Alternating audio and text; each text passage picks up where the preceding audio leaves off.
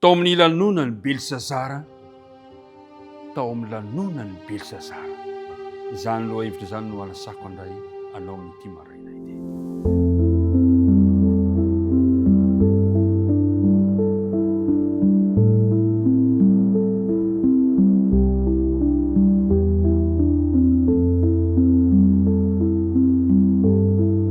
Miarabantsika rehetrarehetra indray tafahoana soamantsara amin'ny anaran'i Jesosy Tompo. Ilay tompo mpamonjy antsika, ilay nitantana antsika ka natoy izao azy sy natoy izao anao.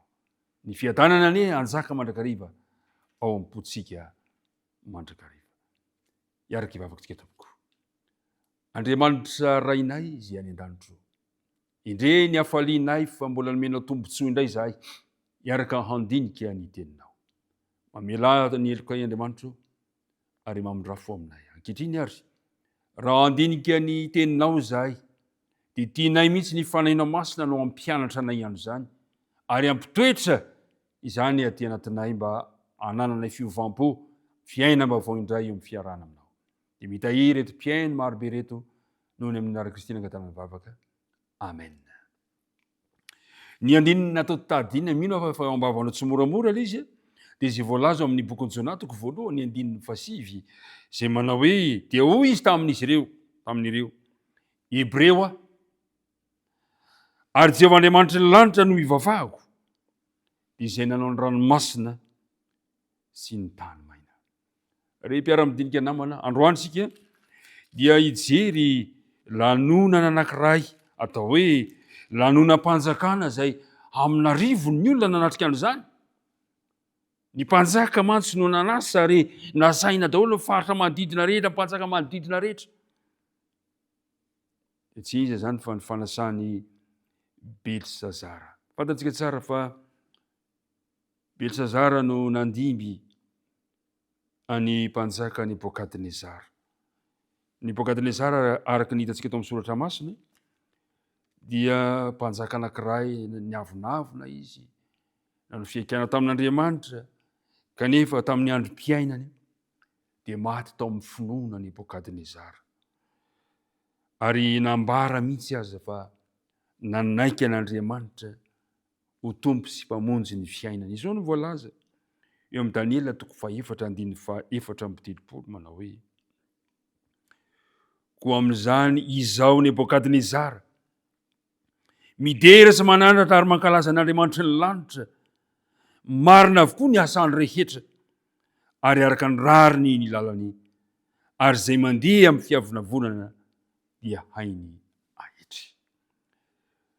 Mahafinaritra fa mpanjaka anankiray maty tao amin'ny finoana Nebokadnezara. Ary nandimby azy kosa dia Belsazara mpanjaka. Andeha ho jerefantsika eo amin'ny Daniela 5:5 androany, izay misy hafatra ara-panahy manan-danja ahatsika sotonina amin'izany tantara izany, ary ahitantsika ny tsy fombiazany Belsazara mpanjaka teo anatrehan'izany toe-javatra izany. Fantatsika tsara fa nampafantarina, nahafantatra ny fiainany Nebokadnezara rainy i Belsazara mpanjaka.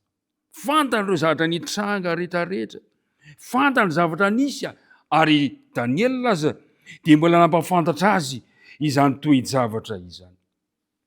Nampafantatra azy i Daniela. Nandeha ny inona zavatra nitranga tamin'ny fotoana io. Nandeha ny fivoriana, nandeha ny lanonana, faly ny rehetra tamin'ny fotoana io, nefa dia ny tampotampoka teo. Hitantsika zavatra nitranga. Fa endro nisy tanana nanoratra teo amin'ny rindrina izay nanaitra sy nampijanona ny fifaliana rehetra. Ka ny mpanjaka Belsazara izay tao anatin'ny hamamona dia toa ny sava izany hamamona izany nahita ary dia nivaloarika tanteraka hitarehy ny mpanjaka. Ary dia inona ny azo natao? Tsisy fantany ilay zavatra nolazainy teny. Fa dia niantso ireo olon-kendry, ireo mpiskidy, ireo kaldiana izay heverina fa mety izy. Saingy indrisy tsy mahita vahaolana amin'izy ireny ny mpanjaka. Ary tamin'izay fotoana izay, ny reniny mpanjaka dia niditra tao amin'ity toerany misy fanasana ity, ary niteny ny reniny mpanjaka hoe misy lehilahy ato amin'ny fanjakanao zay manana ny fanahin'Andriamanitra, manana ny fahazavantsaina, manana ny fahendrena. Daniela zay lehilahy zay. Azo antoka fa efa nisotro ronono Daniela tamin'ny fotoana io. Ary efa antitra fa zoky olona izy. Kanefa na dia zoky olona aza, dia mbola hita ny fahendrena, hita ny fijoroana, hita ny fahazavantsaina, fantatra fa mbola mpanompon'Andriamanitra izy. Ry mpiara-midinika namana. Na dia atao hoe efa zoky olona aza ianao, efa lehibe ianao, tokony tsisy miova. Tsy miova isika. Maharitra hatramin'ny farany. Ary dia fantatsika tsara fa nentina teo anatrehany i Daniela tao amin'ny fotoana io. Ary rehefa nentina teo izy dia nijoro Daniela. Dia zao no voalaza hoe amin'ny andininy 710. Zao no voalaza.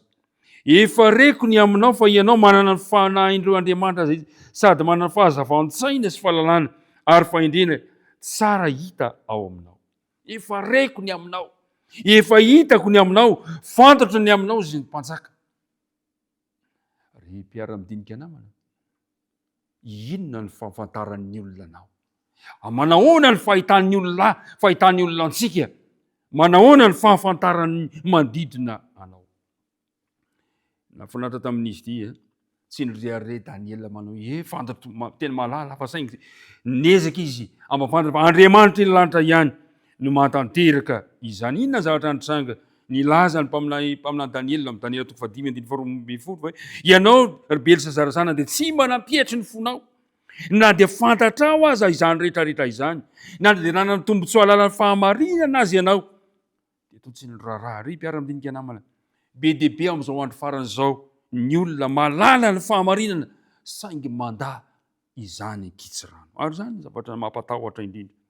Any ka na dia fantatra amin'ny Belsazara aza fa zava-masina ny fanaky ny tempoly, dia mbola nalainy indray entina tanteraka ny fahavetavetahana eo anatrehan'ity fanasana zay anehoana ny fifaliana izao tontolo izao ity. Raha lazaina amin'ny teny hafa dia izao: ny hevitra ny tena manana famboniana mihoatra an'Andriamanitra Belsazara. Nanao fiaikana izy tamin'izay fotoana izay. Ary tamin'izay fotoana izay niseho ilay soratra manao hoe mene mene tekela oparesi. Ny dikan'izany dia hoe nisaina ny androm-piainanao ary voafetra, ary nolanjaina raha oharina amin'ny lalan'Andriamanitra, ny sitrapon'Andriamanitra dia hita fa maivana ianao, ary nozaraina, noravaina, nozaraina ny fanjakana dia lasa netin'ny Mediana sy Persia. Ry mpiara-midinika namana, mena fahamarinana ianao, kanefa kosa ekenao ve izany sa tsy ekenao?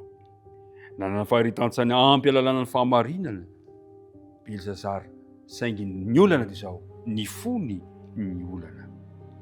Ry mpiara-midinika namana, tahaka ny Belsazara dia nifony ny olona ankehitriny ny mety hamaritra ny safidinao. Kanefa tadio tsara fa ny safidinao androany no hamaritra ny rapitsinao, ary mety hamaritra ny mandrakizay anao tsy aza. Andriamanitra ny hita ianao. Ka dia izao samy sintona lesona ny amin'ny tantaran'ny Belsazara isika tsirairay avy. Dia ary avaka isika tokoa. Andriamanitra rainay io, mamperitreritra anay izao ny tantara izany. Sanatria izahay mba ho tratra izany toe-javatra izany koa, mene ny saina ny andronay ka foy sisa, tekela nolanjaina mihoatra noho ny sitraponao ka maivana, ary sanatria ve oparesiana ka nozaraina sy nolanjaina, noravaina ny mombanay ka anjakan'ny hafa. Andriamanitra aoka ianao no anjaka ty ambonay, ary ampio zahay ny fahamarinana omenao anay dia mba ho raisinay sy iainanay izy, dia mita ina tsirairay avy. Naran'i Jesosy. Amen.